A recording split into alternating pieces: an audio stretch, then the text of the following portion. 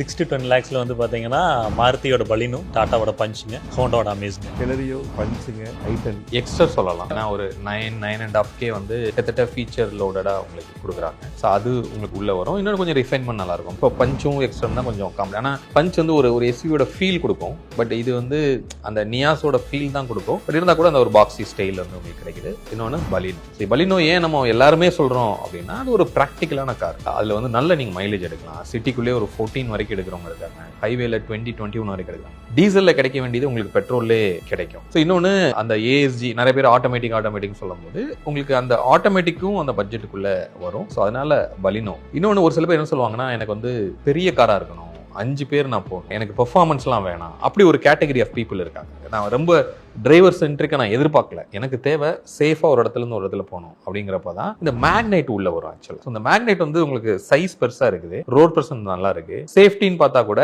அதுக்கு ஒரு 4 ஸ்டார் ரேட்டிங்லாம் கொடுக்குறாங்க. ஸோ அப்படி இருக்கும்போது அந்த மேக்னைட்டும் உங்களுக்கு இந்த 10 lakhs குள்ள வரும். ஸோ அந்த மாதிரி ஆடியன்ஸ் வந்து அதையும் கண்டிப்பா பார்க்கலாம். மேக்னைட் நல்லா இருக்கும். Hyundai i10 3 சிலிண்டர் ஏன் கொண்டு வராங்கன்னா டவுன் சைசிங், இந்த எமிஷன்ஸ் கண்ட்ரோல் பண்றதுக்கு அந்த மாதிரி கொஞ்சம் ரெகுலேஷன்ஸ்லாம் இருக்கு. டெக்னிக்கலி கேட்டா சில கார்ஸ்ல 3 சிலிண்டர் தான் இருக்குன்றதே தெரியாத மாதிரி அவ்வளோ நல்லா பண்ணியிருப்பாங்க. ஃபார் எக்ஸாம்பிள் என்கிட்ட கேட்டிங்கன்னா பர்சனலி எனக்கு Volkswagen Skodaவோட 3 சிலிண்டர்ஸ் எனக்கு ரொம்ப ஃபேவரட். ஏன்னா அது நீங்க ஒரு ரொம்ப ரொம்ப ஸ்பெசிஃபிக்காக நீங்கள் நோட் பண்ணீங்கன்னா தான் அது 3 சிலிண்டர் மாதிரி ஒரு பிஹேவ் பண்ணி, இல்லைன்னா அது ரொம்ப ஒரு ஆஸ் குட் ஆஸ் 4 சிலிண்டர் மாதிரி தான் இருக்கும். 3 cylinder turbo petrols. 3 cylinder naturally aspirated வாங்கினா அது பச்சையா அது தெரியும். அது நார்மலாக ஐட்லிங்ல இருக்கட்டும், இல்லை ஒரு ஸ்லோவா போறது இருக்கட்டும், சவுண்ட்லேயே டிஃபரன்ஸ் தெரியும். அந்த ஒரு மாதிரியான ஒரு டிஃப்ரெண்டான ஒரு சவுண்ட் இருக்கும். பட் அகைன் அது ஒரு ஸ்பீட் கிராஸ் பண்ணதுக்கு அப்புறம், ஒரு ஸ்பெசிஃபிக் ஆர்பிஎம் கிராஸ் பண்ணதுக்கு அப்புறம் ஸ்பீட்ல அது போகும்போது அந்த டிஃபரன்ஸ் நமக்கு தெரியாது. It will work normally. 3 cylinder வாங்கலாமா 4 சிலிண்டர் வாங்கலாமா? இப்போ 4 சிலிண்டர் ஆப்ஷன்ஸ் ரொம்ப கம்மி, 3 சிலிண்டர்ஸ் தான் நிறைய இருக்கு. ஆன் பேப்பர் நீங்க என்கிட்ட கேட்டீங்கன்னா 4 சிலிண்டர்ஸ் ஆல்வேஸ் பெட்டர் than 3.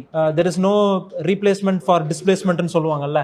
எவ்வளவுக்கு எவ்வளவு அந்த இன்ஜின் சைஸ் பெருசா இருக்கு, எவ்வளவுக்கு எவ்வளவு சிலிண்டர்ஸ் பெருசா இருக்கோ, ஆட்டோமேட்டிக்கலி நேச்சுரலி அந்த ஒரு ரிஃபைன்மெண்ட் இருக்கும். அதுல அதை நம்ம சின்னது பண்ணி நாங்க பேலன்சிங் பண்றோம், டர்போ சார்ஜ் பண்றோம், என்னதான் பண்ணாலும் this is not equal to this. அந்த மாதிரி தான். ஓகே, சோ 4 சிலிண்டர் வந்து பெட்டர். அதுக்கு பட் இங்க வந்து ஒரு கம்பேரிசன் போயிட்டு இருக்குல்ல. இப்போ அதையே மாருதியை மட்டும் ப்ளேம் பண்றாங்க 3 சிலிண்டர்னு வரும்போது, அவங்க ஏன் கொடுக்க மாட்டேங்கிறாங்கங்கிற ஒரு ப்ளேம் போயிட்டு இருக்குன்னு நான் தெரிஞ்சுக்கணும். மாருதியில இப்போ கொஞ்சமா கொண்டு வராங்கல்ல. இப்போ ஃபர்ஸ்ட் ஸ்விஃப்ட் இருந்தது 4 சிலிண்டர் இருந்தது, இப்போ 3 சிலிண்டர் கொண்டு வந்தாங்க. இப்போ டிசைர் 4 சிலிண்டர் இருந்து 3 சிலிண்டரா மாறுது. மேபி இதுக்கப்புறம் கொஞ்சமா மாறலாம்.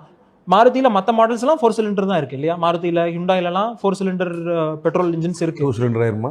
நானோ 2 சிலிண்டர் இல்லையா? நானோ 2 சிலிண்டர் 600 cc. பல்சர்ல கூட 2 சிலிண்டர் கொடுத்துருக்காங்க. அதுல அகைன் மைலேஜ் இருக்கு, ரிலையபிலிட்டி இருக்கு, அந்த மாதிரிலாம் நிறைய விஷயங்கள் இருக்கு.